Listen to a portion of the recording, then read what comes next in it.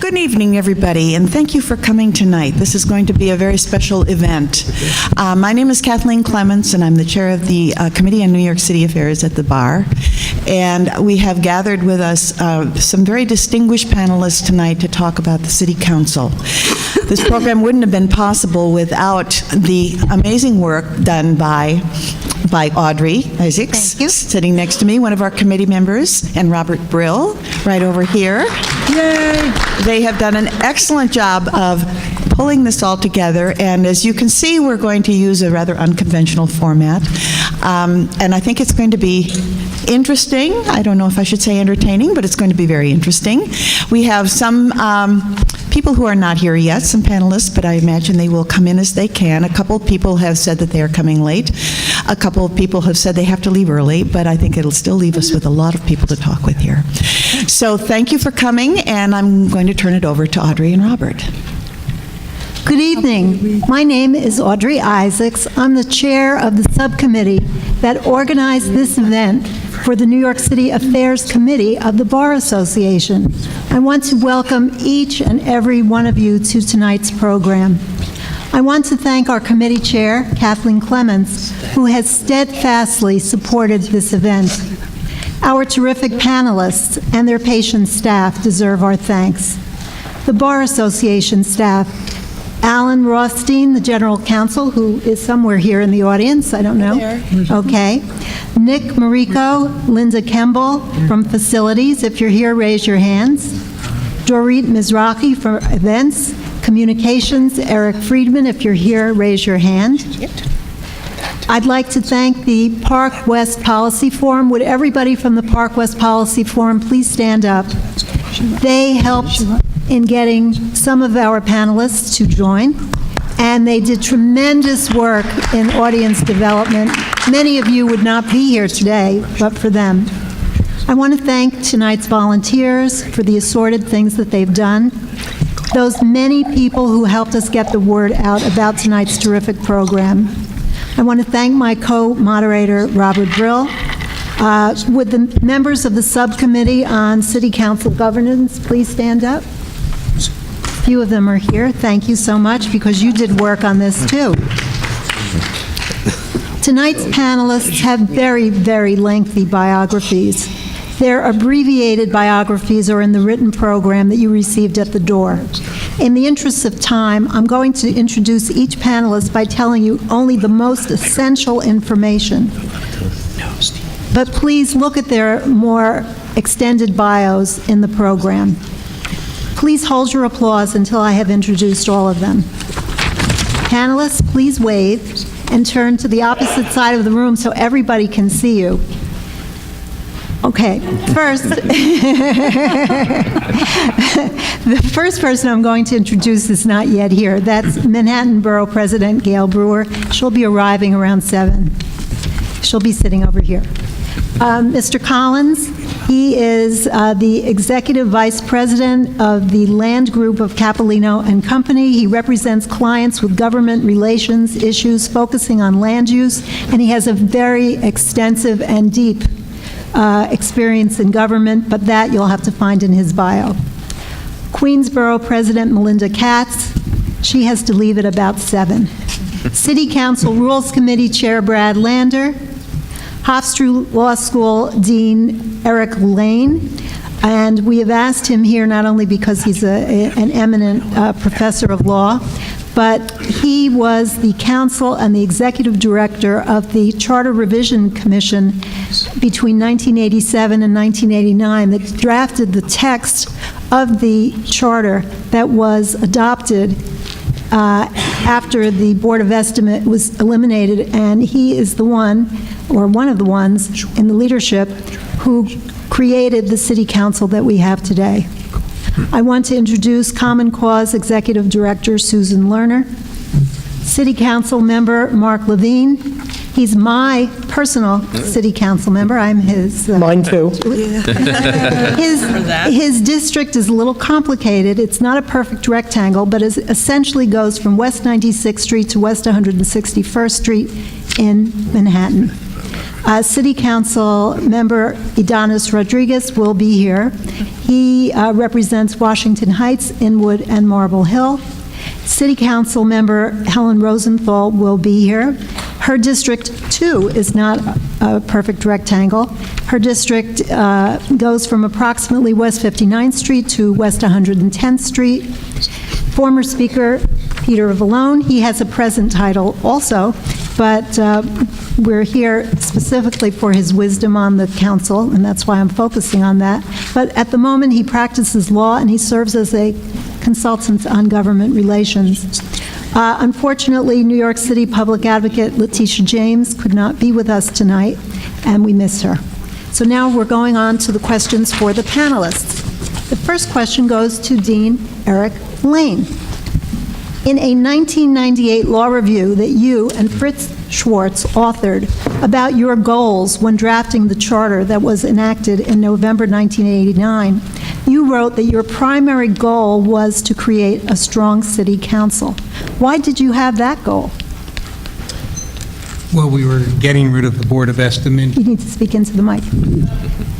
Well, the commission had decided that there should be no Board of Estimate for both legal and policy reasons, and we needed a legislative body. The Constitution of New York requires every locality to have a legislative body, not necessarily a mayor, but a legislative body.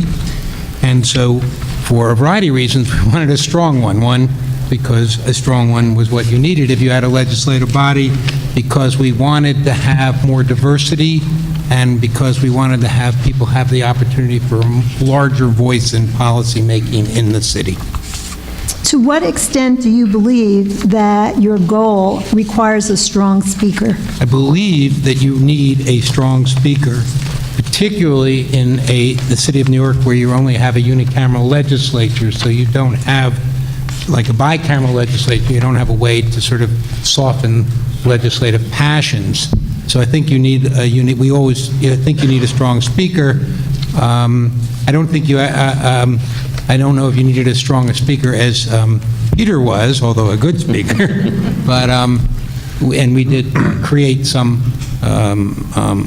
procedural mechanisms to try to give the committee chairs more power in the council. Now, when you... Hello, everyone. I'm Robert Brill. I want to follow up, if I can, from that and ask Speaker Vallone something. Apropos of what the dean said, does that mean the role of the speaker is herding cats? What's the balance that a speaker has to do, apropos of what the dean has explained, in terms of the role of the speaker? Are you asking me? I'm asking you, Speaker. How would I know?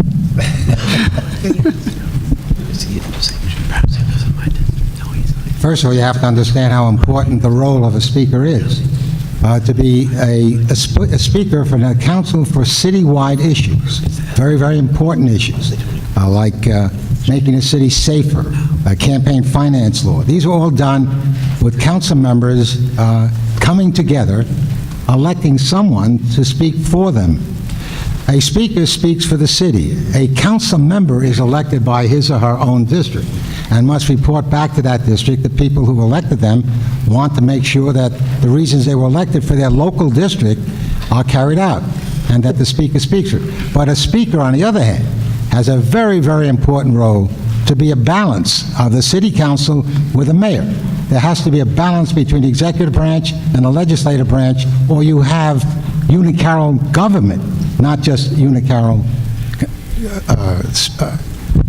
a legislative body.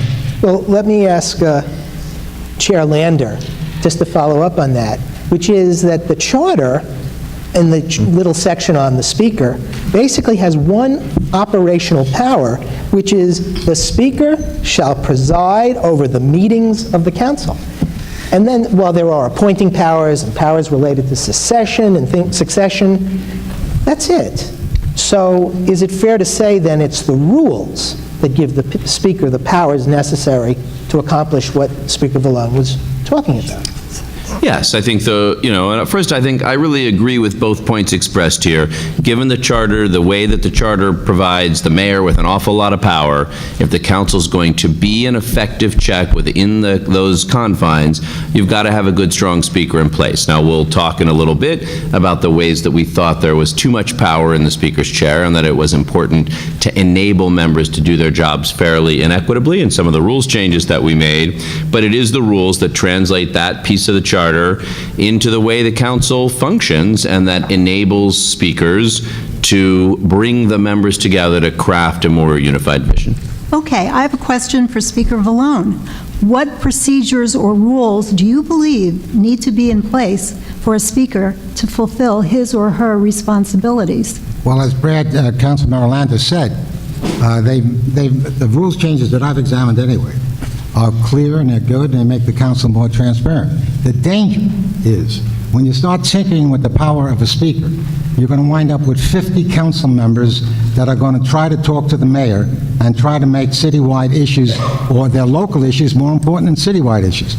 So the danger that you're fooling around with is tinkering with the power of the speaker as if the speaker is doing something wrong in terms of whatever they're doing. A speaker, to my knowledge, up to now, and including the present speaker, speaks for citywide issues.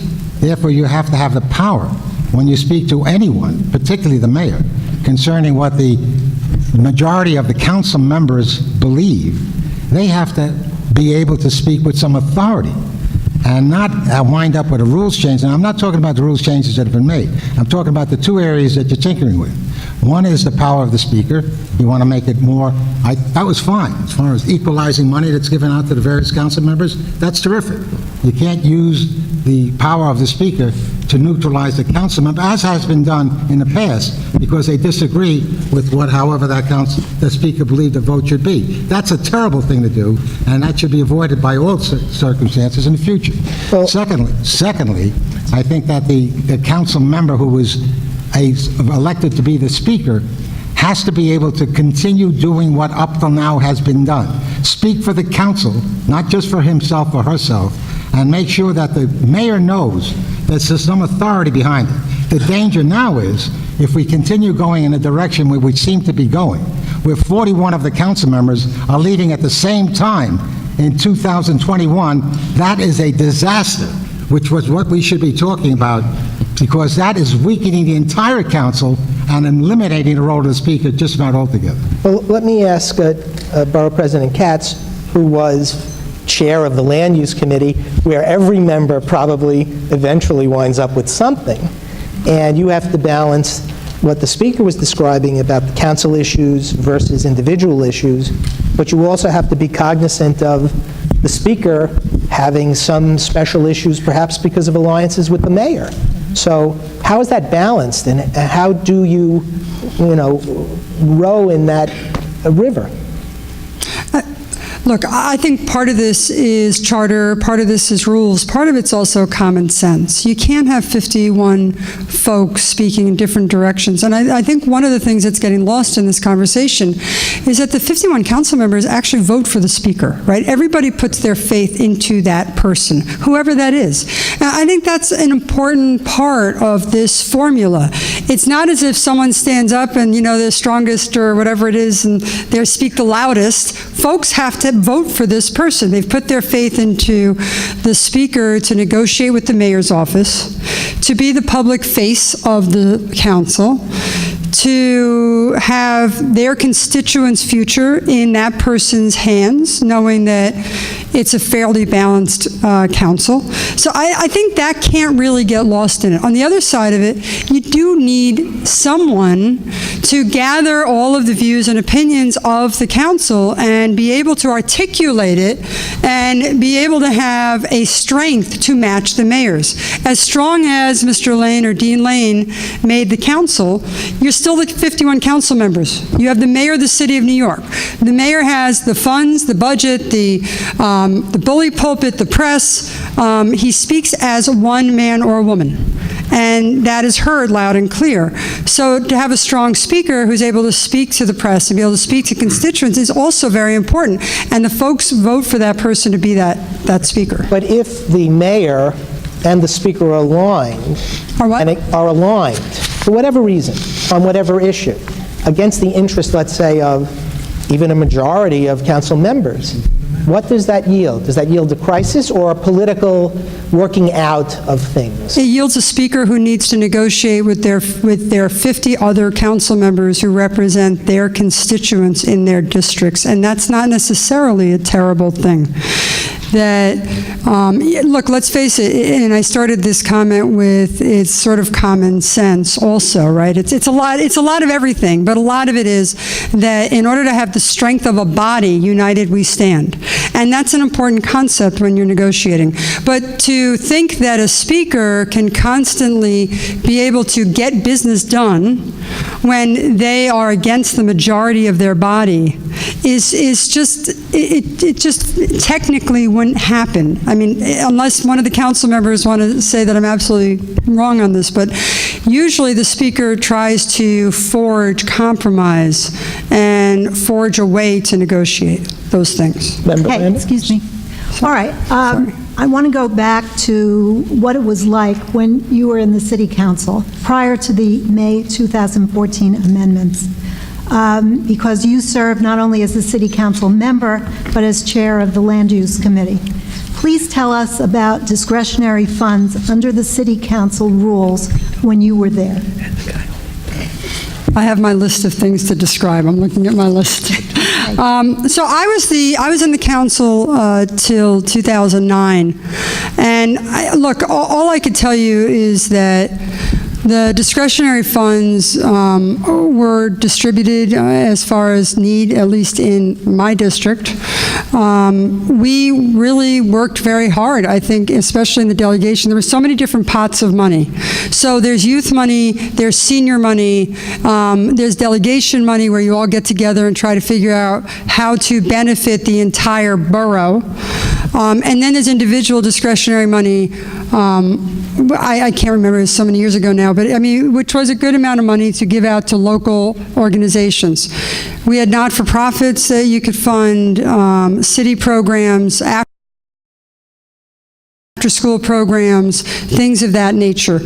I thought that everyone got about the same. I think that what happened was a lot of folks might go to the speaker and say, hey, this is a really good project in my district. Can you help out on that project? Because remember, not only do the council members have discretionary, the delegation has discretionary, you have youth money, you have senior money, but at the time that I was there, you also had speaker money that also could be allocated. Mr. Lander and Ms. Lerner, can you please comment on whether the discretionary funds were equally allocated among the city council members? Brad's sitting here just staring at me.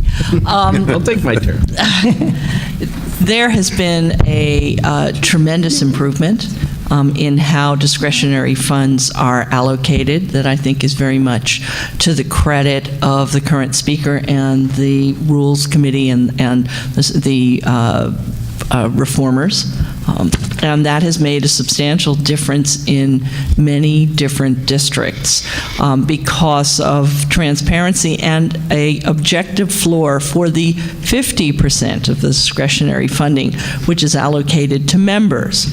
So no district will receive less than a floor amount, and the increases are determined by an objective formula, which is absolutely the way we believe if there will be discretionary funds, because Common Cause believes they should be handled entirely differently than at the discretion of individual council members, and this is a fair way to do it.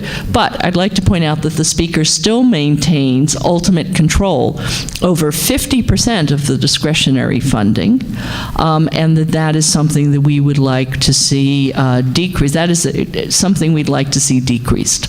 We'd like the Speaker's discretionary funding to be reduced over time. We'd like to see it down to 25%, and ultimately we'd like to see it basically disappear.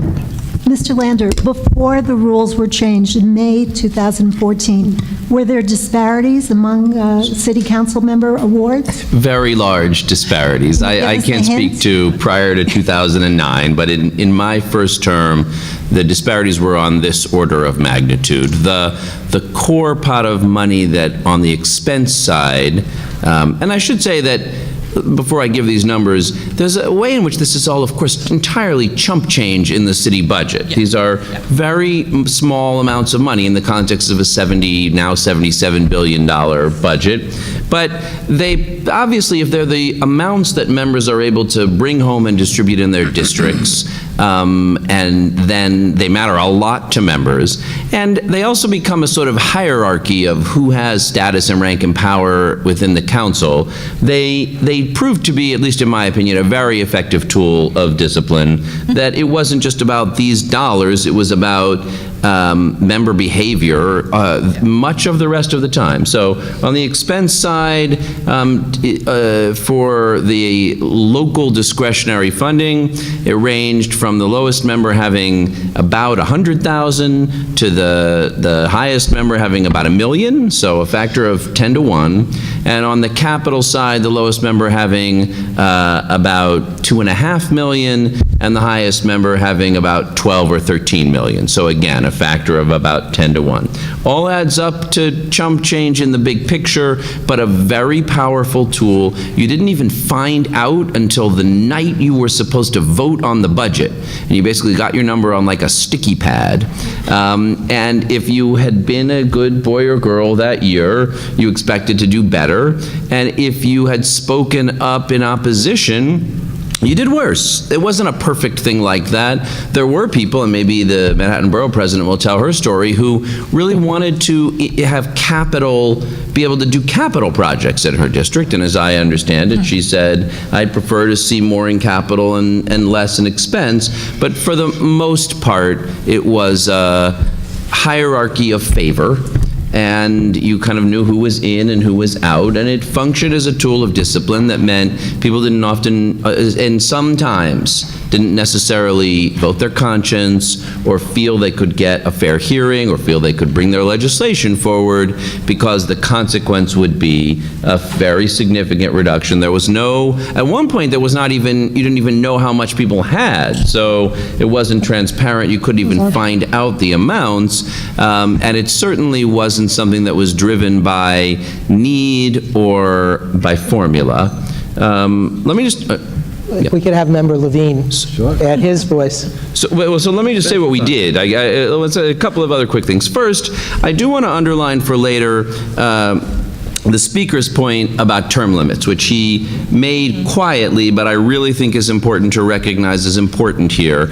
A lot of this is a consequence of the term limits change, because when you had a speaker who was going to run for re-election as speaker, then that is a meaningful check on the balance of power between a speaker and members, because the speaker, on the one hand, has a lot of power, as is appropriate. On the other hand, you're going to run for re-election, and next time around, if you've gone too far in the direction of centralizing power and not taking care of the members won't vote for you again. But the consequence of two-term council members will often, but not always, be a second-term speaker who is not, running for re-election to the council, who therefore is thinking about what's next in their political trajectory, and who will not ever seek the members' re-election as speaker. And so they may be wonderful, as I, feel very close to, and a lot of praise for our current speaker, but they aren't constrained by the thought of re-election. They have to kind of prevent a revolt, but they don't have to think about re-election. And so that is just a reality of term limits, and I think a part of the challenge that we have. So we saw in my first term, a lot of us that were in our first terms, that imbalance get pulled too far as a result of the hierarchy of member items and a number of other things we could talk about in terms of bill drafting and some other things. So we worked hard to organize to pull it back with a rules reform that in this case took a very simple form, which is, let me just finish my sentence, please. Discretionary funding that members have needs to be either equal or by a formula that is data-driven and disclosed. And the current one we have is that members all, last year at least, got an equal base of $400,000 of expense funding with a bump of up to an additional $100,000 based on a poverty criteria. So the districts with the most poverty can get up to 5. The districts with the lowest poverty are at 4 or maybe 425. Similar on capital. And at least in that area, I think, as the speaker said, the speaker still got a lot of other ways to make sure the body's unified, but members don't worry that if they vote their conscience on a bill or do something that the speaker doesn't like, their districts will suffer in very significant ways. If we could hear from Member Levine on this point, and welcome to Member Rosenthal, and if you could just perhaps a little more briefly address these issues, and then I think, did you want to comment? Then we'll come back to the borough president. See, I was following the rules, Bob. Told me to stop, I stopped. We'll have our members, and then we'll go back to the borough president. We need rules reform on this panel. Look, first and foremost, the beneficiaries of the equitable distribution of member items were neighborhoods and communities that otherwise might have been punished for actions of their council member that had nothing to do with the contours, needs, and context of council districts. And that wasn't fair, and so we've gotten beyond that by a really thoughtful, equal formula that includes an accounting for poverty. And Brad points out these are small amounts of money, but to the very small nonprofits that can't afford to hire a big lobbyist, the Museum of Natural History is going to be doing just fine. I love them, but they're going to get their money. But little senior centers and youth organizations and neighborhood arts organizations don't have access to leaders the way that major institutions in the city do. They don't have the funds to hire a lobbyist, and they rely on elected officials who know their neighborhood and know these organizations to provide for them. And the little money that we give, a few thousand here, a few thousand there, really has an impact. And before these reforms were put into place, there were predictions of chaos. People said that this would be a leaderless body, there'd be like corralling cats. It just didn't happen at all. I think we're at a happy medium now where we have a leader who is certainly empowered to speak on our behalf and to negotiate on behalf with the mayor. But we have members who not only are able to bring home adequate resources to their districts, but who I think are a little bit more free to move their own legislation as chairs, to push their own agenda. There's been other elements of rules reform which have enabled this. And I think you see a body with an incredible diversity of ideas bubbling up from all corners of the council in a way that just didn't happen in the past, where members would go years without passing a bill. Bills that had wide support would go years without going to the floor. That hasn't happened yet. I think it's made us a more effective body and a more democratic body, and delivering for New York in a way we hadn't before. Member Rosenthal, and then Borough President Katz. All I can say is I can't imagine another system. I think this is all I know is the world that we have now, which is immense equality among the members. And I think Melissa is an incredibly strong speaker, and there's just no connection in my mind, but I haven't known any differently. So I can't imagine it not the way it currently is. Borough President? Okay. I think every body has new and improved things that they're doing, and every member that comes in can't imagine it different. I think that's right. I think that, look, things change with the times. What I was alluding to before was that, I thought one of the problems in our body when I was there before 2009 was that there were so many different pots of money. And so even though from my perspective everyone got something, you never knew exactly where money was going. And I think that one of the most incredible things that this body has done after 2009 and after 2013 is create that transparency where you can actually see it. But, I would go to ribbon cuttings in other council members' districts, and they were like $1 million projects or $2 million projects. And I'd be like, well, how did that happen? And you didn't know. So I think that, look, as every new body comes in, they're supposed to change with the times. That's what government is supposed to do. There was an issue of some transparency issues and rules issues and things that had been the same for so many decades that when my class came in 2001, we made a lot of changes, but 10 years before was just fine in Council Speaker Vallone's time. And I do think things change, but the greatest thing is transparency, because no matter what happens in a legislative body, you should be able to see inside of it, right? You should be able to know where the money's going. And that has been recent things. I think that's a very strong, it makes for a much stronger city council. Okay, let's go back to the time that you were in the city council. Yes. Please tell the audience about the procedure for appointing and removing committee chairs and the impact of these procedures on committee chairs. So when I was there, the committee chairs, and forgive me if I'm not 100% right, if someone knows that I'm wrong, tell me. The committee chairs, Carol Shine and Chris Collins can tell me if I'm wrong. The chairs were the committees were nominated and voted on in the first day of session when the new speaker came in, and then 2 weeks later, the chairs were nominated and voted on. And that's basically how it was done, but the nominations were done, in fact, by the Speaker's office. Let's say, hypothetically, the Speaker became unhappy with the chair. Did the Speaker have the authority to terminate that chair on a dime? What would have to happen is the Speaker would have to appoint them somewhere, nominate them for another, to be removed, and then the body would have to vote on it. You'd have to go to the Rules Committee. You'd have to go to the Rules Committee, and then the body would have to vote on it. I will say that that didn't happen, I'm not sure that happened once while I was there. Well, Charles Barron, maybe. So it happened once while I was there. I think it Okay, did. but In 2 terms? But Mr. Lander? Right. You did put something in the rules on that subject, did you not? A small change. We made it modestly more difficult to remove a chair. It was previously by majority vote, and it could be coupled with all the other votes that took place that day, so no one could notice. We made it require a 2/3 majority on an uncoupled vote. But if a speaker, it would have been perfectly possible for the speaker to have removed Charles Barron with a 2/3 majority on an uncoupled vote. So we made it modestly harder, but I don't think, quantally different. Well, let me ask Chris. A committee, besides the chair, has staff. That's correct. And it has, presumably, if it wants a counsel, it may have some budget people,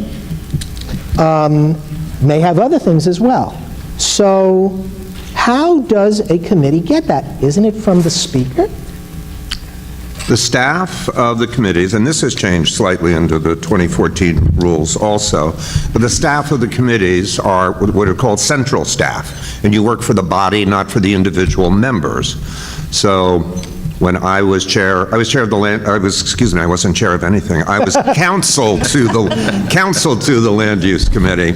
Here's my lawyer. From 1993 to 2006, I was Melinda's counsel, and I was June Island's counsel when she was chair of the Land Use Committee. But I worked for the body. I didn't work for June. I didn't work for Melinda, although I worked fairly closely with them. So and in a prior life, I did work for a member of the council in the late 80s, so I clearly understand the distinction. But yeah, the committee staff works for the body. And how does the committee staff, though, get hired? Who hires the committee staff? I don't mean for the committee, the central division. It's done through the Speaker's office. Speaker's office. So is that not a type of lever that the Speaker has? Let me ask Dean Lane, who was general counsel. In 1989, there's a voice of the chair of the committees. If you have the mic, if you would put the mic. But I really think, I just want to say about this entire conversation, with all due respect to their equality and transparency, and which is very good. Speak up. The real issue in this council and is not a battle between the speaker and the members. That never exists. The real issue in any council and in the state legislature and in this legislature is the role that committees actually play. Thank you. Are they going to do oversight? No, not much. Are they going to really have hearings on bills? Are they going to mark up legislation? Is the staff independent? Do they have a role in appointing the staff, the point you're getting to? Who does the staff owe their loyalty to? So I think you miss the entire meaning of a legislative body if you focus too much on the members. Everybody knows 51 members. What are they going to do?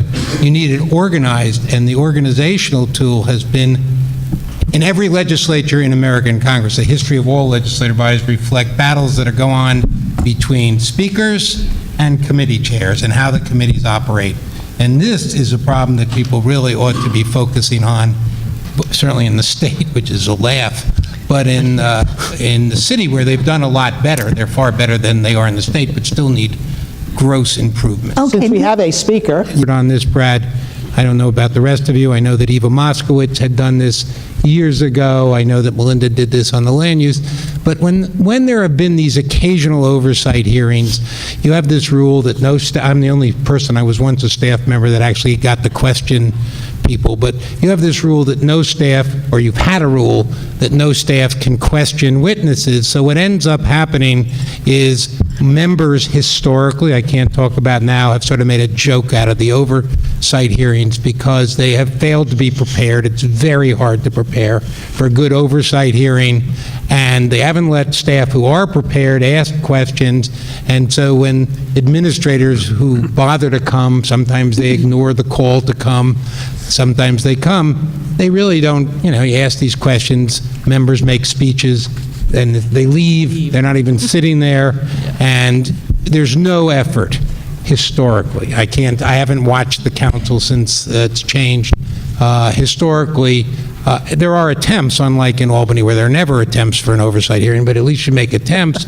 But I think that the real professionalism that you need to develop if you're going to do this is either to really pay attention to these oversight efforts or to make more of a congressional model where you let the very technical questions be asked by the staff and then let the members do whatever they wish to do. I just want to say, I see this topic has gotten a lot of interest from the panel, so let us stay on it. Susan Lerner first, and then we'll go down the members, then Speaker Vallone, including Borough President. Actually, I'm going to hold my comment because it's not about the committees. It's about something else that Councilwoman Rosenthal mentioned, and so I'll wait. So let me ask Borough President Katz, and then Speaker Vallone, and then Member Rosenthal. So I have to run soon, and I know that Borough President Brewer is going to come, and she can represent on my time in the council. Borough Presidents, yes, we all grew up, and can I just make one general comment? It seems to me that one thing that keeps coming up time and time again, I just want to put it in perspective. Everybody, the term limits has created a new body of council members every 4, 8, or 12 years, however it happened, right? So we were the first body that came in after almost a 30-year legislature with some of the members, and then the next body just came in last year.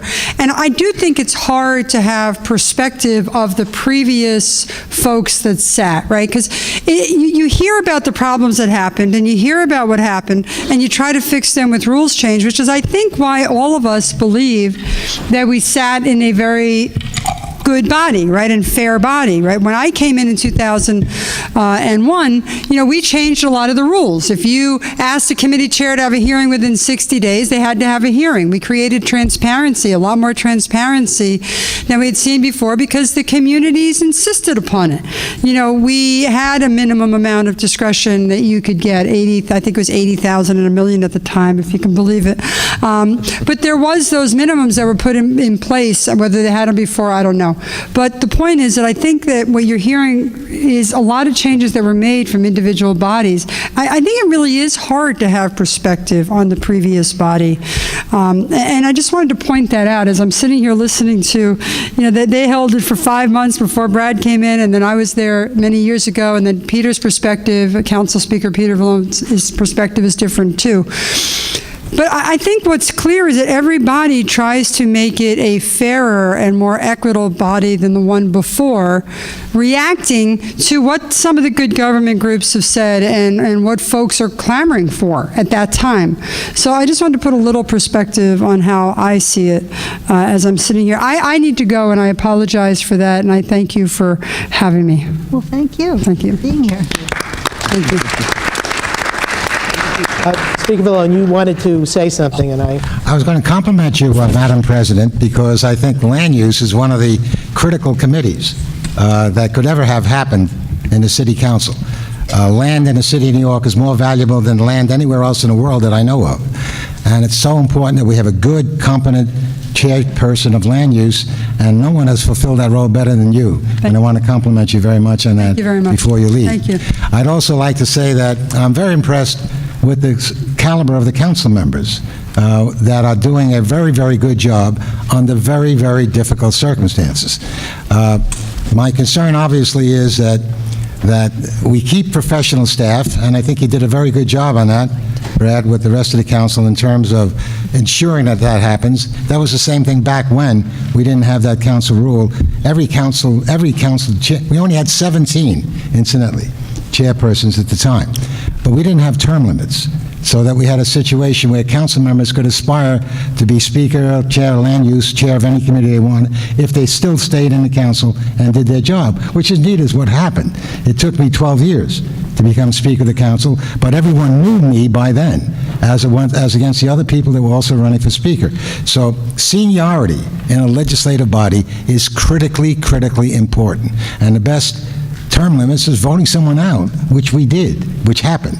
Member quite often. Rosenthal, and then back to Audrey. Right. The only other thing that I want to say was that one of the reasons why we oppose so vehemently term limits is that we also passed campaign finance law, which tried to equalize the situation when anyone could run for office. Anyone could run for office, and the other council members that were there for 30 years or more had to understand that they had to also abide by it, otherwise they would be criticized by Susan and every other good government group, rightfully so.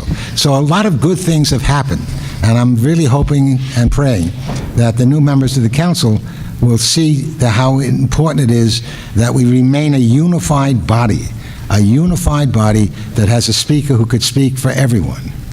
Member Rosenthal, and then back to Audrey. Thank you so much. So, first of all, to your point, Speaker Vallone, and I know you, and I've seen your work, and it's amazing. Not you so much, Dean Eric Lane. I haven't met you at all. But Speaker Vallone, to your point, I will never be a senior member of the City Council. I'm a freshman, and then I'll be a junior, always to Brad's seniority, and that's going to be a challenge for the junior members getting leadership roles 2.5 years from now. But to your point, Dean Lane, who I've never met before, I would urge you to watch the City Council hearings. You know, in my third month of being in office, I witnessed and participated in an exchange with Tom Galante that I don't think he will ever forget. He's now under an FBI investigation because of the work of Councilmember Eric Ulrich, Councilmember Crowley, myself, Jimmy Van Bramer. Mark, you were there. And we got quite into the technical weeds of his evergreen clause of his contract. And I don't think he is the president of the Queen's library system anymore. So that was my first experience digging into the weeds. And since then, and if you would come to a hearing or watch it on TV, and I'd welcome you to come certainly to any of mine. I mean, we had a terrific one, was it last week with Jimani Williams, where we were looking into wage theft in the HPD contracts. You know, I was well prepped by my staff, and certainly they laid out the questions. I don't think I used any of them, because on the spot, after you're prepped like that and speaking directly with the commissioner, you know, you can move the ball along quite far. And I think we, in that hearing, came to the conclusion that we may be seeing a radical sea change in how we address wage theft going forward. And it was that hearing, and it was council members like Brad Lander who was there. Mark came and tried to speak, but I sort of spent a lot of time asking questions. But come back. Don't forsake us so quickly. Well, I'm not forsaking you. I actually didn't say I knew what was going on now. But are you representing that all of the chairs of the committee are as active as you are in this kind of thing? Or that all issues for the same committee are going to be that lively. That would be, I mean, what you're describing, if this became Politically. the way we would see the council operating, it would be fabulous. So, good job. Okay. I think I'm no better or worse than any of my colleagues. I'm gonna Chair Lander? I'm actually gonna Chair Lander? disagree with Councilmember Rosenthal on this point, because I think she's very good and did a great job in that hearing.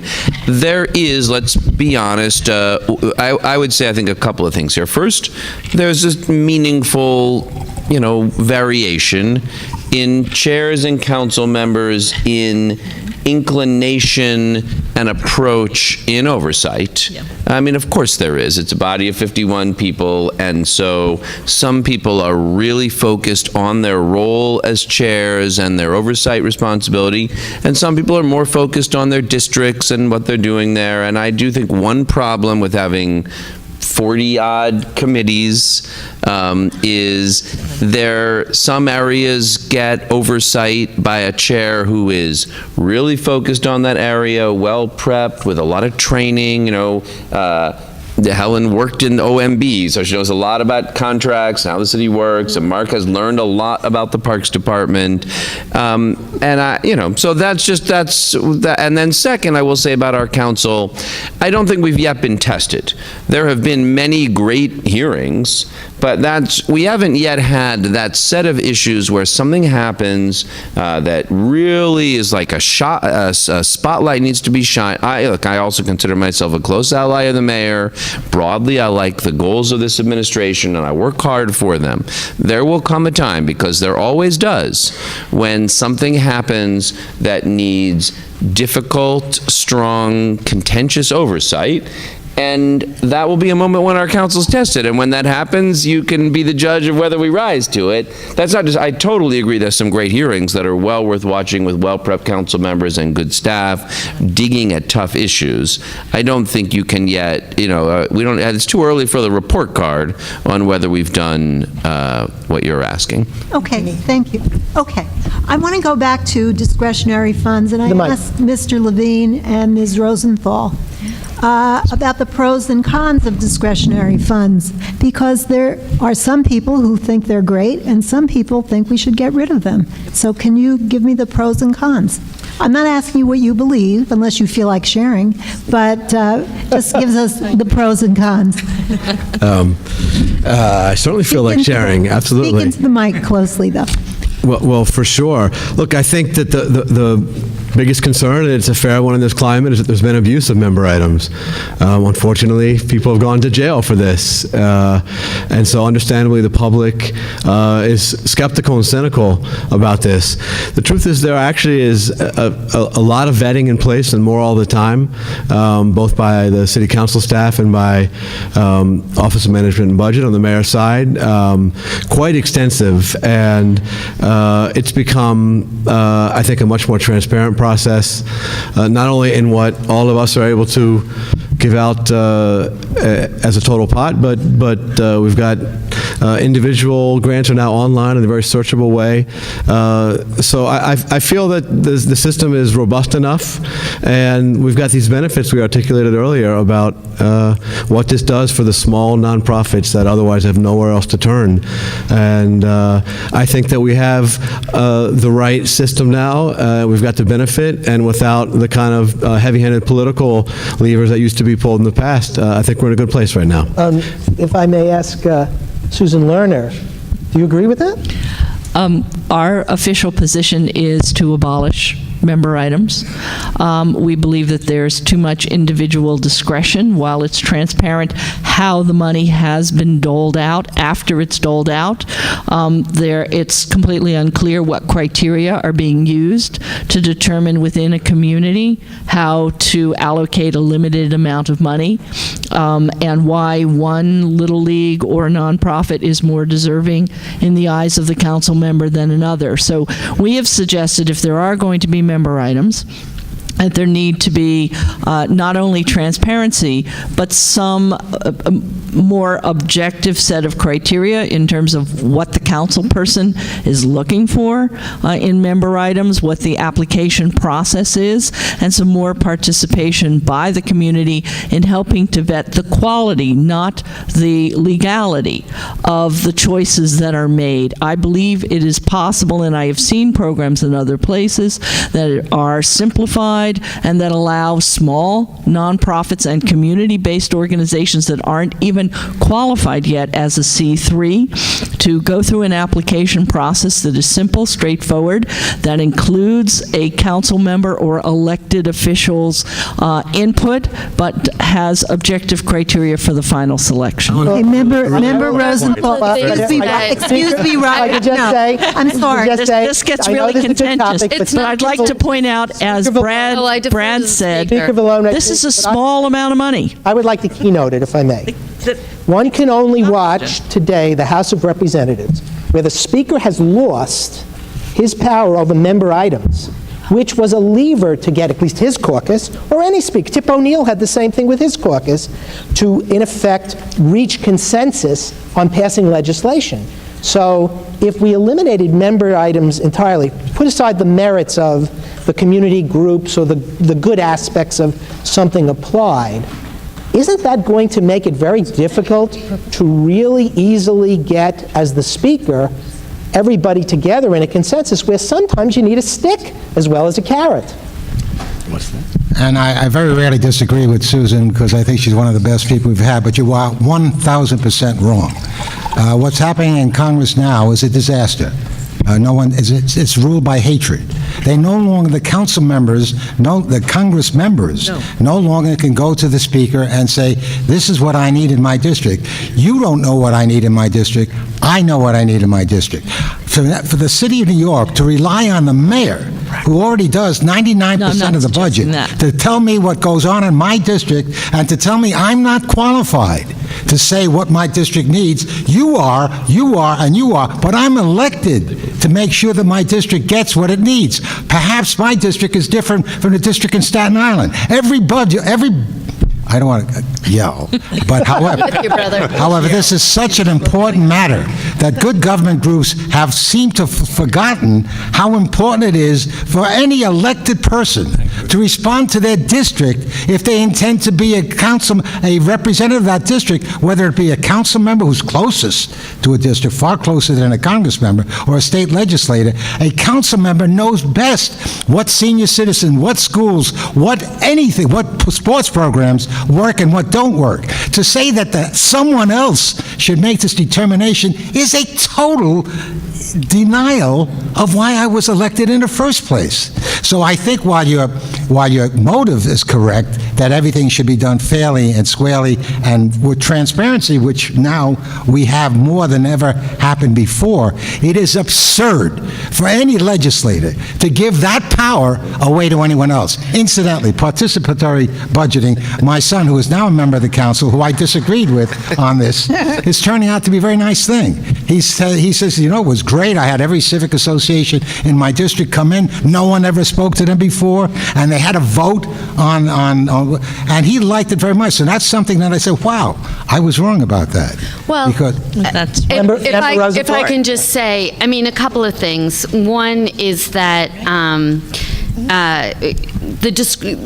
I think it's gotten the corruption, which is bad, right? People who ruin it for the rest of us. I think we have to separate out those people, right? There's always a bad apple in every industry. It doesn't mean you shut the industry down. So let's set those aside. And we have a tremendous amount of transparency now. I don't know what happened before. And as chair of contracts, I would say we're doing a little too much. And one of the things I'd like to see is pulling back on some of it, because now the small non-for-profits that we want to help, we'll tell them in July that they have their money and they don't see it until the following August, right? 14 months later. So that's, we've gone too far and we need to pull it back just a little bit. But In my mind, and I thought, Speaker, you were going to say, but you didn't, but I thought you were going to say that it's so helpful in terms of getting elected again. I'm not sure I believe that. I do believe that it is proper and right for the administration to have the citywide view and to be funding things citywide, and then we as electeds can work with the administration to make sure that, you know, the organizations that are trying to do good work in our districts, that we make sure they get that funding. But for the incremental pops, which is all we can do with our de minimis amount of money, it's meaningful because of the differences in our communities. And the differences are vast. I mean, you would think that Brad Lander and I have the same district because it's Park Slope and the Upper West Side.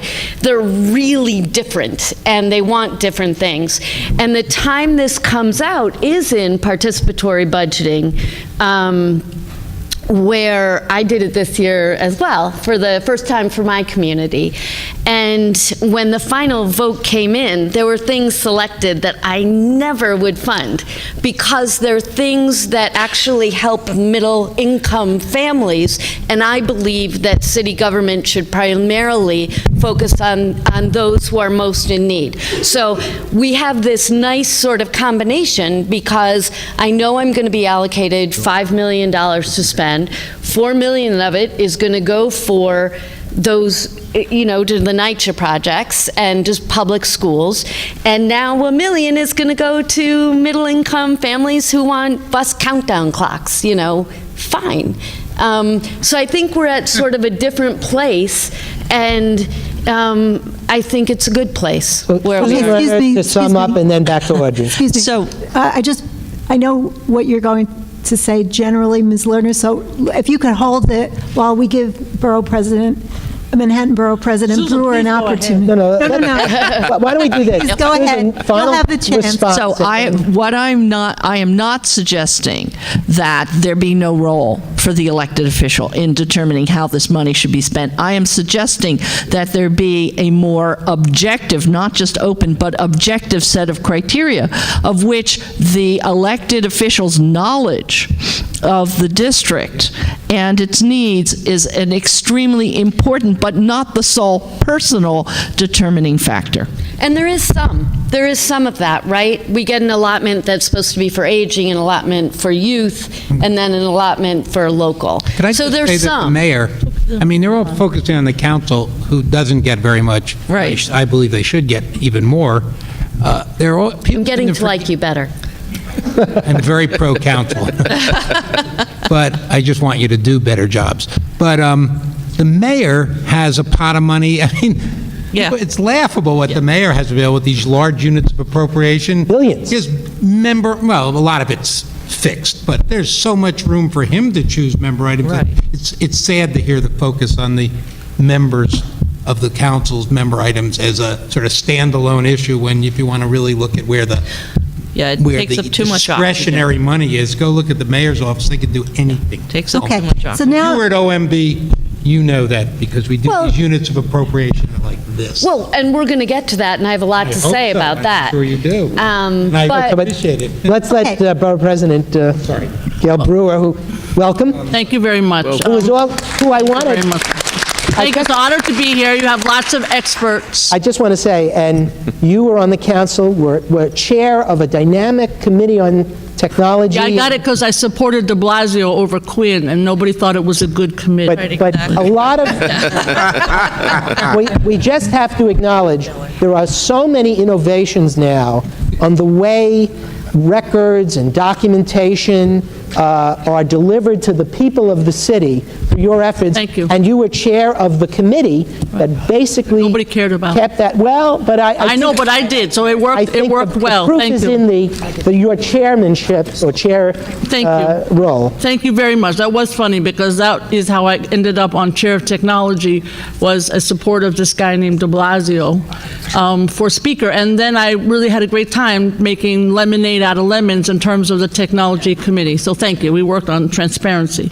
But just in terms of the question of the discretionary items, which I think is what you want. So I do have to say the more things change, the more they stay the same. I'm just going to say that because we came in with the Fresh Democracy Project in 2002, and we had a lot of the same issues that I know you're discussing today.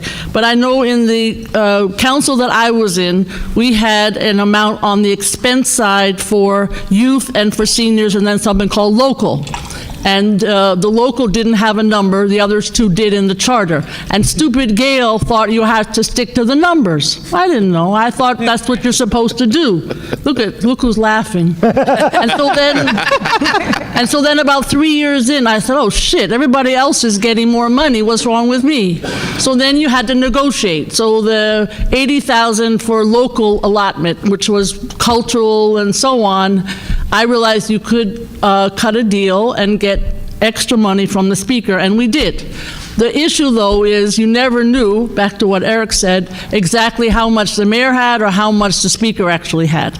And it wasn't until the slush fund thing that we even knew there was any amount. We had no clue whatsoever, even in that body. So transparency was an issue then, and it still is, because to the credit of this council, there's a set amount that I know, but I don't think that the speaker's amount is necessarily, or the mayor's amount is clearly in the budget. I know how Schedule C works. I helped to write it.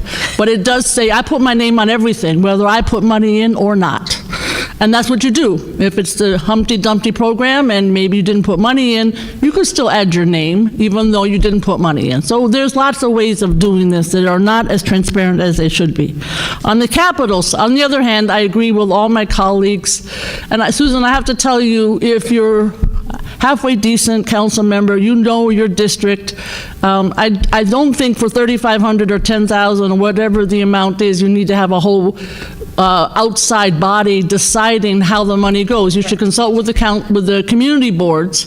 We do in the borough president's office actually have a consultant process because it's the whole borough. But I knew every blade of grass in my district, and most people do, and I never, the city council has to have a strong enough process to make sure that it is correctly allocated, and that's another whole story. On the capital side, I think you probably had a discussion, but the same process is that I know I didn't do participatory budgeting. I think it does make some sense. I have some opinions on that, but that amount is now set, which is different than in the past. In the past, it was negotiated, and you never really knew exactly how much you were going to get, and you didn't know how much was the total allocation. Who are you negotiating with? Speaker's office. Right. So, can I jump in just for a second? Sure. The one thing, just to be clear, is when we start to talk about the budget, that is still a mystery. I'm saying $5 million. This year, we could find out that it's $2 million. That's a number that is negotiated between the Speaker's office, the Finance Chair's office, and the administration, and that's this larger picture negotiation, and it's same with discretionary. We're saying 400,000 plus, incremental amounts for poverty. Depending on it, I believe, and I could be wrong because I'm not part of these negotiations, but it's still the case that at some level, we're duking it out with the administration about whether or not the pot for the council is going to be $200 million or $300 million. And then once that's decided upon, then there is a formula for how it's allocated that's incredibly fair and transparent. And the same is true on the capital side. There's no calling up the Speaker's office and negotiating. There's no putting your name on stuff that, it's an incredibly transparent process, to my knowledge. I just want to ask Manhattan Borough President Brewer another question. When you're evaluating the groups who are receiving discretionary funds, do you think that there should be a change in the way that their competency to provide whatever service they're claiming they will be provide should be assessed? And do you think that there should be a greater evaluation of the way that they claim they've used the money? Well, it's a good question. I think in this council, there's more of at least some kind of accounting at the end of the year. We used it for after-school programs for, 35 kids and they did art or whatever, something more specific. I think that's you kind of do know, I know this sounds very loosey-goosey, you work with the agencies. If you stay on top, if the agencies are doing their job, then the Department of Cultural Affairs or the Department of Health or whatever make sure that the program is run correctly. So that process should exist. I'm also, having run a nonprofit, I don't want them to have to fill out 100 pages. It's 90 pages to get $3,500, let's be clear. And so that's a challenge in itself. So I'm not trying to add to the burden of the after-school program. On the capital side, I do think there's more room for improvement, because the fact of the matter is it takes a long time. I don't need to go into all the specifics. And, with some of these agencies, the admin is unbelievably a lot of money, and the time frame is ridiculous, and it's over budget, and the first analysis of what the budget should be is wrong, and it goes on and on for years.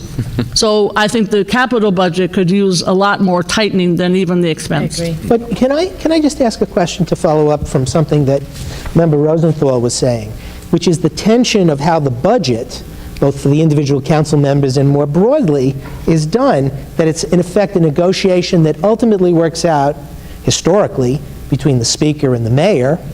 And so I'd like to ask you all a little bit about the difference, especially those of you who have, like Speaker Vallone and Member Brewer, when the mayor is of a different party, or in Mayor Bloomberg's case, I did no well party. under Bloomberg. So in effect, I did fine and Speaker Vallone, which is harder, to be the speaker when it's your own party's mayor or when it's somebody from the other party, like Rudy? Well, I've always believed, and of course, I know at least 11 people have bought my book where I go into great detail about the power of the council and what's good with it and what should be done with it. But I do believe that we have an obligation to drop whether we're Democrat or Republican at the time we take office. We represent everyone, whether they're a Democrat, Republican, conservative, or liberal, and that's the way I try to operate. And I was the first speaker who gave a Republican a chairperson, because I thought that we tried to stop that division. I think what you're seeing going on in Congress now is, I'm a Democrat, but I admire the Republican speaker because he's starting to talk to Democrats and actually letting them participate in bills. How absurd it is not to do that. And the more you take his power away from the speaker, or the more a speaker acts arrogant about it, like seems to apparently has happened, Congress wasn't functioning. It seems to be functioning now, even though you have a Republican, who I disagree with the reason being a Republican as against being a Democrat. I certainly admire the fact that he's actually negotiating with the other side. Forget whether you're a Democrat, forget whether you're a Republican. That might be important politically, but it's not important governmentally. Well, so let me ask if Borough President Brewer, tell us a little bit about your observations and then your interactions when it was Mayor Bloomberg, who was not of the same party as basically the majority in the council.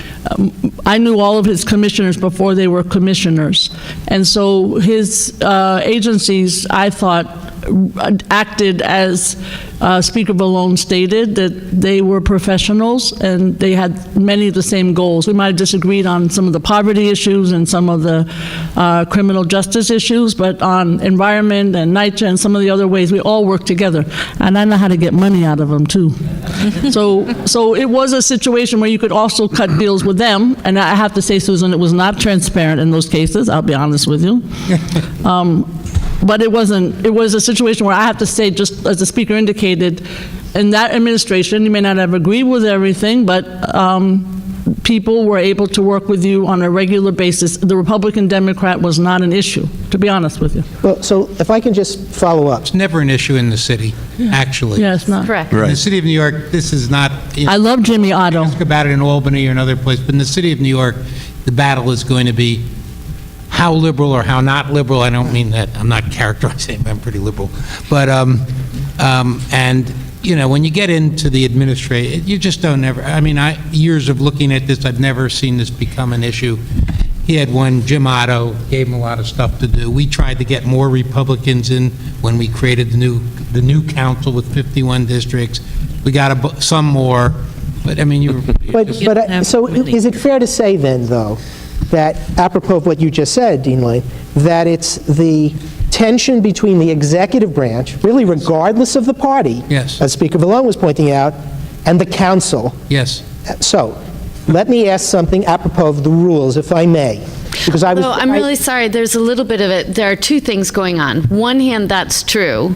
To some degree, that's true. But also, because the council is more, there's more equanimity within the council, oftentimes members are on a bill or off a bill because of what's going on in their district. I mean, I had a really great taxi bill, and 4 or 5 members said to me, I got too many taxi drivers in my district, I could never sign on to your bill.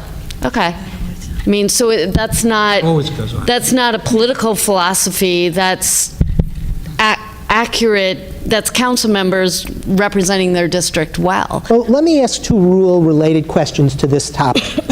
In the new rules, because I had to go through them for this panel, and of course I was there when Borough President Brewer was a chair, that era council, and I had matters before Speaker Vallone's council, when Chris was at land use, and then his prior life. You have in the rules the ability, it's almost at the call of the chair, to swear in witnesses, particularly from the executive branch.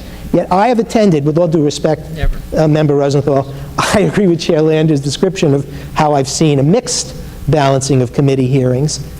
Why is it on appropriations, on oversight, when an executive branch person comes, you don't swear him in?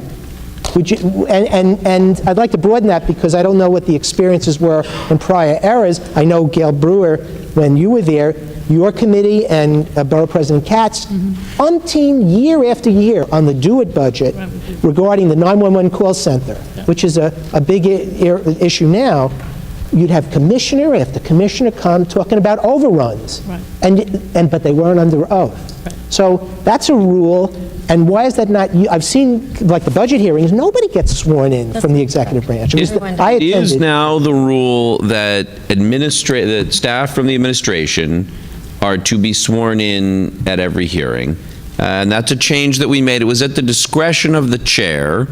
And one problem that created was, because the norm was that it didn't happen, and it sometimes did, it just led to a lot of tension about whether the person was going to be sworn in or not. Are you calling me a liar? So we decided the best thing to do, and we don't do this for members of the public. If you're coming from your block, we don't have to swear you in, but we changed the rule to say any member of the administration that testifies before the council is to be sworn in. So if there are hearings at which we forgot or that wasn't done, I can't say that has never happened. It is the rule, and it is absolutely the normal practice in this council to swear members of the administration in.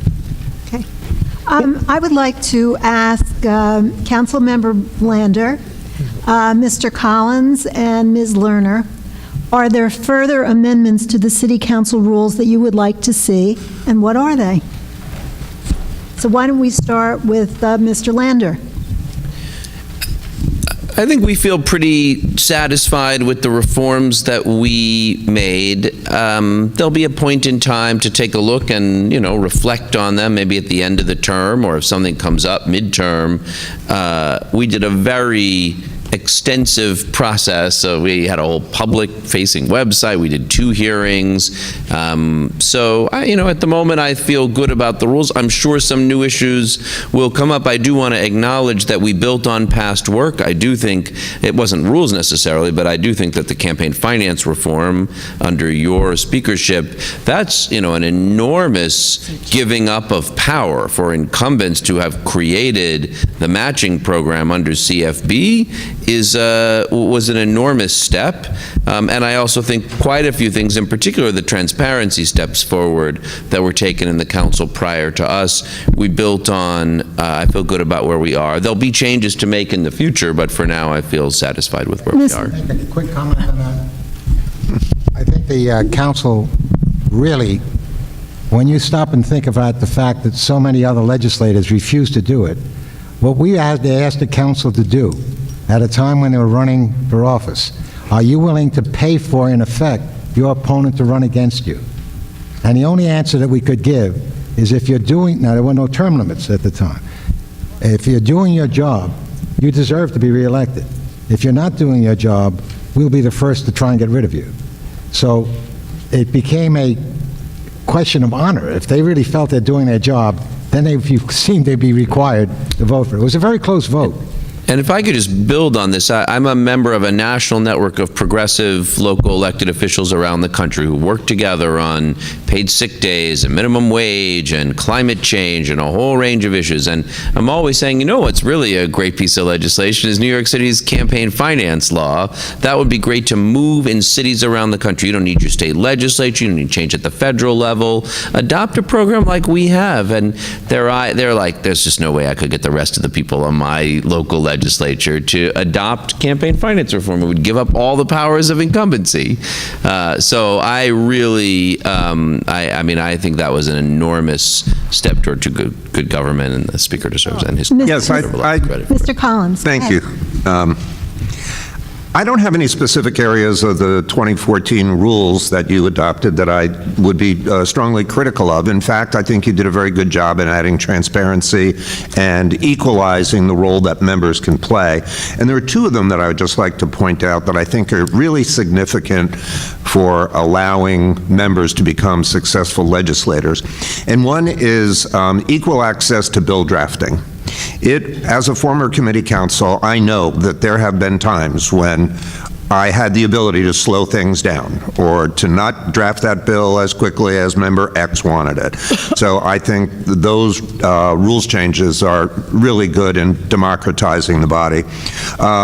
Also, I think that the supermajority rule, that a bill that has 34 members gets a hearing automatically.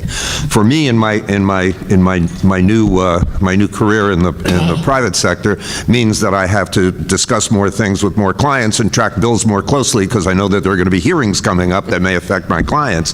But just in terms of how the municipal legislature runs, I think the supermajority is a very good rule. Right before Peter Vallone became Speaker in the early and mid-1980s, New York City did not have a fundamental gay rights law. And that was held up in the committee by the Speaker. It had a majority of sponsors. And it wasn't until Peter, and that was 1986, April of 1986. So it's what is that, 39 years ago, 29 years ago. And when Peter became the Speaker, he allowed the bill out of the committee, but it wasn't in the committee, it wasn't in the council rules. So I think when a body has a majority of members who sponsor a bill, at a minimum, it ought to get a hearing, and I commend you on that. But what do you think of the 60-day time period? In the rules, and I guess Chair Lander, Member Rosenthal, as I understand your rule now, if you go and invoke the legislative unit to help you, isn't there I think it's 60 days, before it can actually get introduced in a particular form? Or if not, could you clarify that time period? That 60 days is on the bill drafting. Okay. They have to get, the drafters have to get back to you within 60 days of your filing a request, what we call an LS request, a legislative services request, to draft a bill. And honestly, sometimes the answer in 60 days is we still have a big backlog. But I do think it is fair. I mean, if we are a busy body, we have actually, I think, already requested more bills to be drafted in the 2 years we've had than like we're in the entire prior term. So there is a resource scarcity of bill drafters. The principle of fairness is applied. We created a bill drafting unit of some dedicated drafters, so you're not always, committee staff still draft bills where they have expertise, but there's a set of people who do drafting, and it's fair.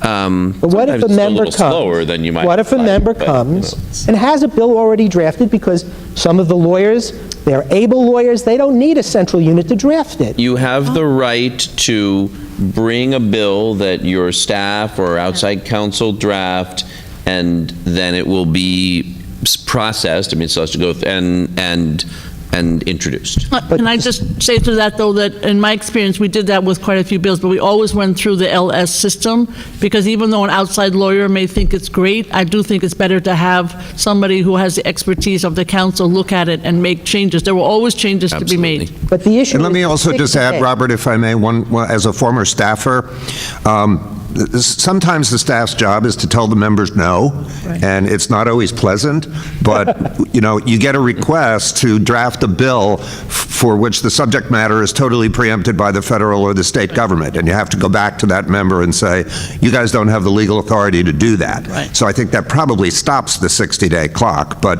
it's another factor in bill drafting that I think it's But you always... have to go to the LS folks, no matter what, in my opinion. Right. I want to just give Susan Lerner the opportunity to respond to the question, which is, are there further amendments to the city council rules that you would like to see? And then after that, we're going to have to wrap it up. Okay, so I think I've clearly identified some areas where I would like to see some changes, and certainly they are in discretionary funds. One thing that I would like to see is not simply the filing of conflict of interest forms, because I question how many people actually look at their colleagues' conflicts of interest forms, but requiring members who have conflicts to actually declare them before a vote or before they put discretionary funding requests in. And I would like to see some significant changes in the committee structure. I am hearing that while in the majority of cases the supermajority rule is observed, it is not uniformly observed for all bills, and there are still bills which are tied up. I personally believe that we should have a more aggressive supermajority rule, which is when you reach that supermajority, the bill not only moves through, not only is then at the discretion of the chair of the committee to hold a hearing. I do believe it should go to the floor.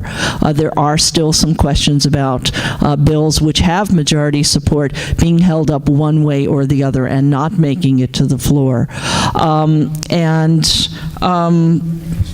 Let's see. For discretionary items, I believe that not only should the speaker's discretionary fund be limited, but there should be a requirement that the speaker's discretionary fund be spent for citywide programs, which are often orphans, because if they are programs which have a number of different districts which they touch, then the question is who's actually going to fund them, and are they going to collaboratively fund? And I think that is a worthwhile use of speaker's funding rather than discretionary funding that the speaker doles out either for his or her own district or sometimes still in a reward fashion, much less than previously.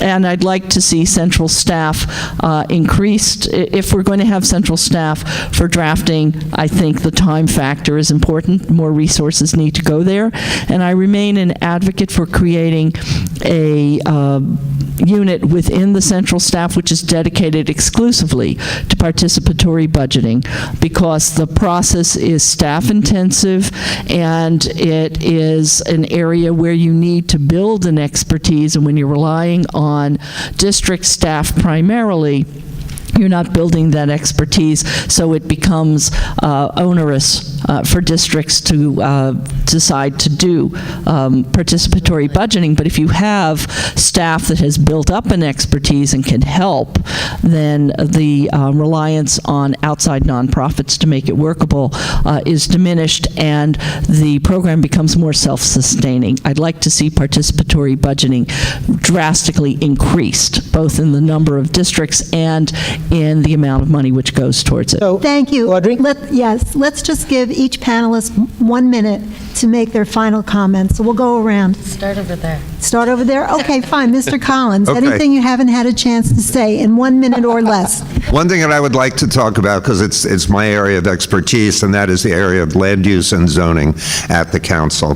When I became committee counsel in 1993, it was only 3 years after the Board of Estimate had gone out of existence. And I would talk to council members, and I'd start talking about zoning, and their eyes would glaze over. And they just did not have the experience in their professional lives in dealing with it. And to be perfectly blunt, at that time, land use at the city council was very much driven by the staff. And I think anybody who was there at the time would agree. We have a very different city council now. The current crop of members are people who have been community board chairs, people who have worked for other elected officials. Their knowledge and sophistication with regard to land use matters is, I think, pretty high. Nevertheless, I just want to make this one point. I don't think that granting deference to the local council member on land use items in his or her district can be allowed to become a veto. The local council members cannot have veto power over important, my time is up, I know, over matters that have, particularly with regard to the siting of municipal facilities. So, for example, if there's something that is needed for the city's overall good, it can't be held hostage by one local council member who's under political pressure in his or her district to say no. Okay, thank you. Dean Lane? So, first of all, I would totally agree with the last Speak thing. into the mic, please. I would totally agree with the last thing you said, and I spent almost a year trying to stop this from happening and was beaten down by Vallone and others. But Peter did a great job, by the way, with his staff to stop that from ever happening, as he promised he would do. So, as someone that is probably as responsible as anybody in the city for there being a new city council, in my role with the Charter Commission, the only thing I can say is it's great to see, I mean, I know Brad very well, and it's great to hear about the changes that you're making. I wish they would have come in earlier councils, but it sounds to me like you're working well toward fulfilling what we had hoped would be the role of the new council in city governance. So if everything that you have said works out, and if Council Member Rosenthal's skill sets with respect to her committee are actually being translated to other people, this, I really feel great to hear this. So, Speaker Vallone. First of all, I want to thank everyone for what they said, and I think it's good to know that you can you can disagree without being disagreeable.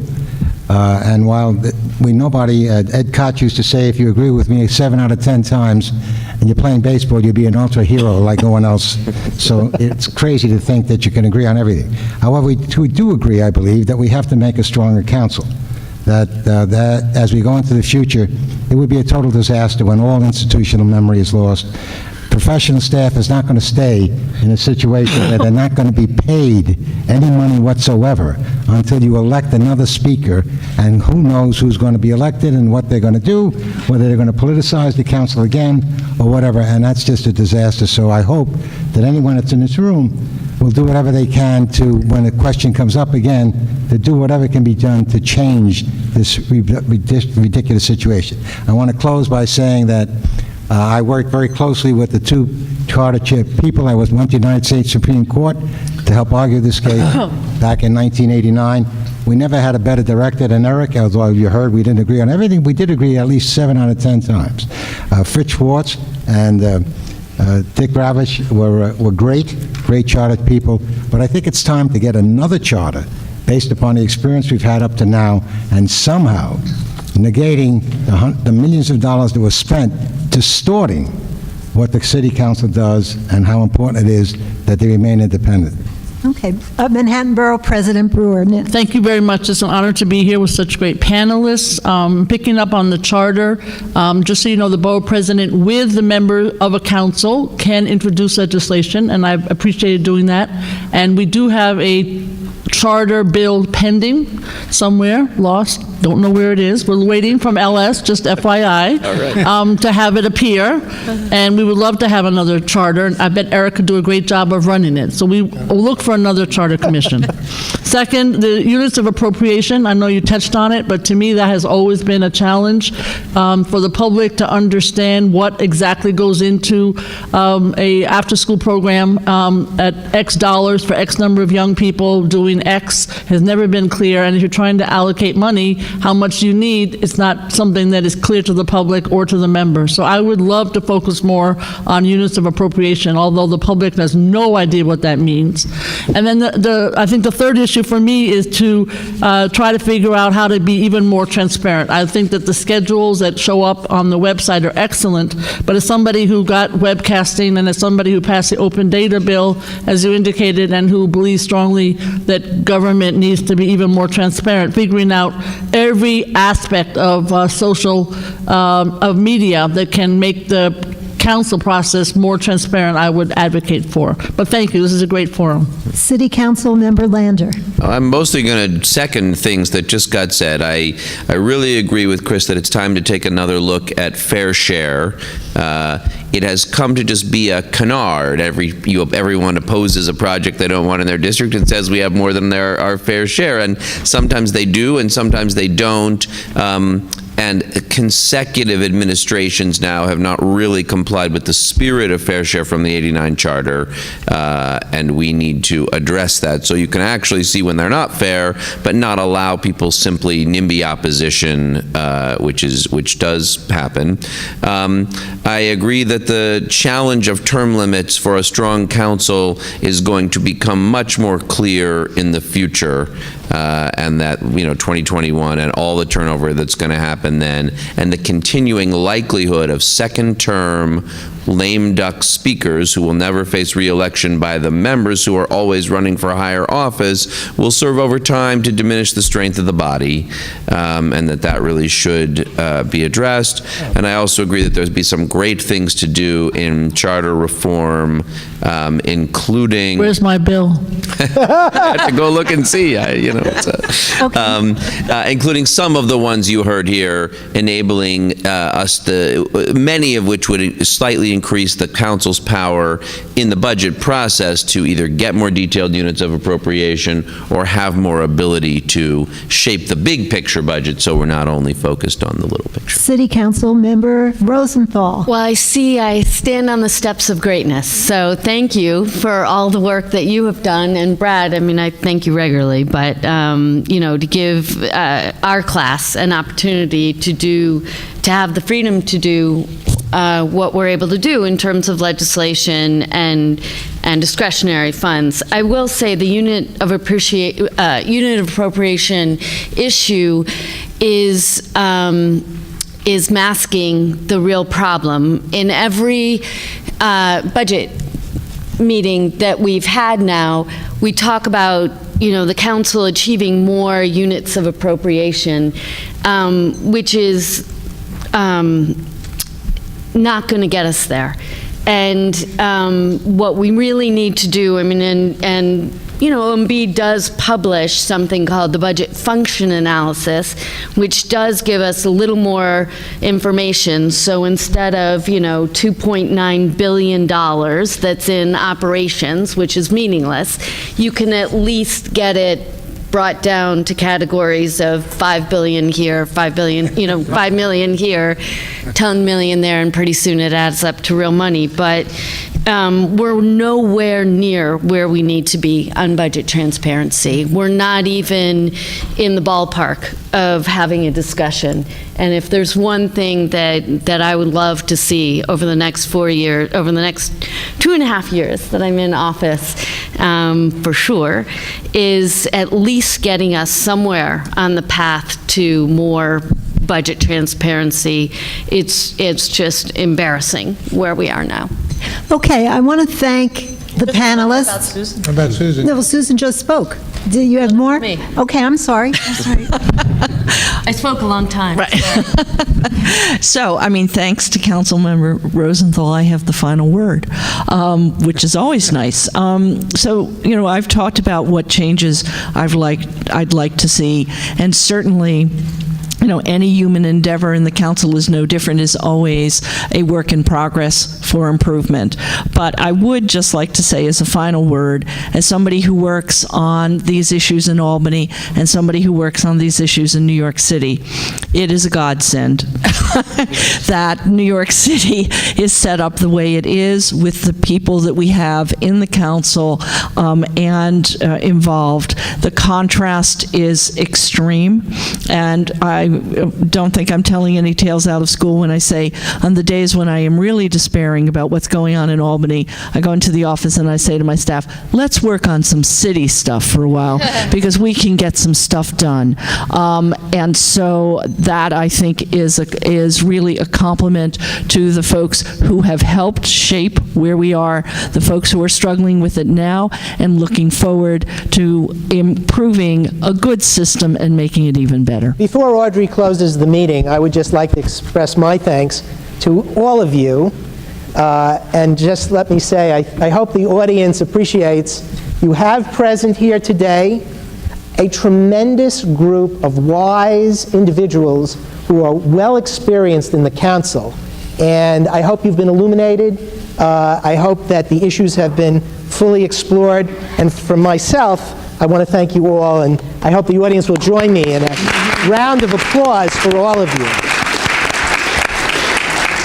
I just want to thank the panelists for giving of their time and their insights, and the audience for their interest and their patience. Thank you, Audrey. Thank you. Yes, thank you very much.